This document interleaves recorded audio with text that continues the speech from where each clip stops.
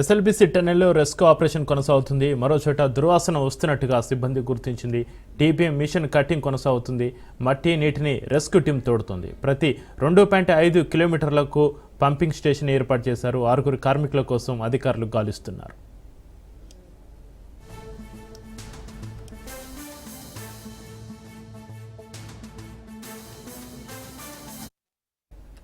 SLBC టన్నెల్లో rescue operation కొనసాగుతుంది. మరో చోట దుర్వాసన వస్తున్నట్టుగా సిబ్బంది గుర్తించింది. టీపీఎం మిషన్ కటింగ్ కొనసాగుతుంది.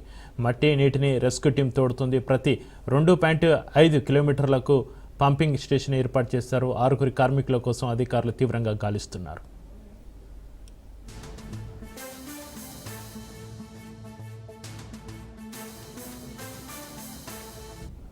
దీనికి సంబంధించి మరింత సమాచారాన్ని మా ప్రతినిధి సాగర్ ఫోన్ లైన్ అందిస్తారు. సాగర్, ఎస్ఎల్బీసీ టన్నెల్లో రెస్క్యూ ఆపరేషన్ కొనసాగుతుంది. దీనికి సంబంధించి మీ దగ్గర ఉన్న అప్డేట్స్ ఏంటి? ఎస్ఎల్బీసీ ప్రమాదానికి సంబంధించి 36వ రోజు కూడా రెస్క్యూ ఆపరేషన్ అయితే సహాయక చర్య బృందాలు ముమ్మరంగా కొనసాగిస్తున్నాయి. దీనికి సంబంధించి ఇప్పటికే 15 రోజుల క్రితం అయితే ఒక మృతదేహం వెలికి తీయగా తాజాగా నిన్న మొన్న ఒక మృతదేహాన్ని కూడా వెలికి తీశారు. దీనికి సంబంధించి ఇంకా 6 మంది ఆచూకీ కోసం అయితే లోపల సహాయక చర్యలను అయితే కొనసాగిస్తూనే ఉన్నారు. దీనికి సంబంధించి కూడా మొన్న దొరికిన మృతదేహాన్ని ఇప్పటికే మనోజ్ కుమార్ గా గుర్తించారు. మనోజ్ ను కూడా సొంత గ్రామానికి కూడా పంపించారు. ప్రభుత్వానికి సంబంధించి కూడా స్థానిక ఎమ్మెల్యే ఆధ్వర్యంలో 25 లక్షల ఎక్స్గ్రేషియన్ కూడా ప్రకటించారు.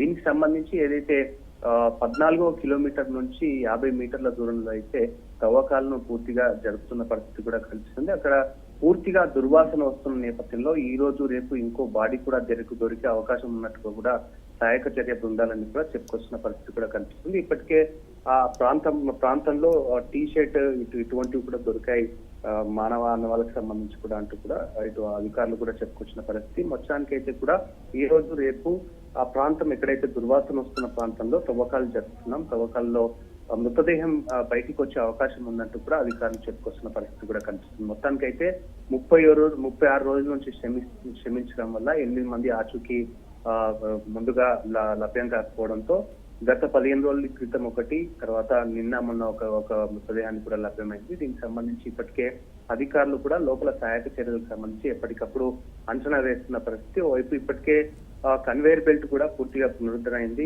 లోపల ఉన్న శిథిలాలు మట్టి అంతా కూడా బయటకు తీసుకెళ్తున్నారు.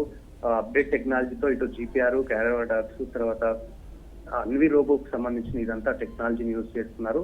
సహాయక బృందాలంతా కూడా షిఫ్ట్ల మాదిరిగా రోజు 120 నుంచి 130 మంది లోపలికి వెళ్తూ నాలుగు షిఫ్ట్లుగా పనిచేస్తున్న పరిస్థితి కూడా కనిపిస్తుంది. మొత్తానికైతే కూడా ఎన్డీఆర్ఎఫ్, ఎస్డీఆర్ఎఫ్ రెస్క్యూ టీమ్స్ అన్ని కూడా ఇటు ర్యాట్ హోల్ మైనర్స్, సింగరేణి, తర్వాత రైల్వే డిపార్ట్మెంట్ సంబంధించి ఇవన్నీ కూడా కలిసికట్టుగా అన్ని షిఫ్ట్ల మాదిరిగా వెళ్లి లోపల పనిచేస్తున్న పరిస్థితి కూడా కనిపిస్తుంది. ఏదైతే ఆ సహాయక ప్రాంతానికి సంబంధించి 0 పాయింట్ దగ్గర మాత్రం పరిస్థితి మాత్రం కాస్త ఆందోళనకరంగానే ఉంది. ఎందుకనంటే మీద అదంతా కూడా కుప్పకూలి ఒకసారి సెగ్మెంట్స్ అంతా కూడా పడిపోవడంతో అదంతా కూడా కాంక్రీట్ బేస్ లాగా ఫిక్స్ అయిపోయిన నేపథ్యంలో అక్కడ తవ్వకాలు జరిగితే మాత్రం కాస్త డేంజర్ గా ఉన్నట్టుగా కూడా అధికారులు అంచనా వచ్చారు. దానికి ఎక్కడైతే 50 మీటర్ల దూరం అంతా కూడా రెస్ట్రిక్టెడ్ ఏరియాగా కూడా అక్కడ మొత్తం కట్టిన పరిస్థితి కూడా కనిపిస్తుంది. అక్కడ లోపలికి వెళ్తే మాత్రం అదంతా ఒకసారి కదిలిస్తే మీద నుంచి ఇంకా ఉధృతంగా నీటి ప్రవాహం కానీ తర్వాత బురద ఇదంతా శిథిలాలు వచ్చే అవకాశం ఉన్నట్టు కూడా అధికారులు చెప్పుకొస్తున్న పరిస్థితి. దీనికి సంబంధించి ఇప్పటికే డివాటరింగ్ కూడా జరుగుతుంది. దాదాపు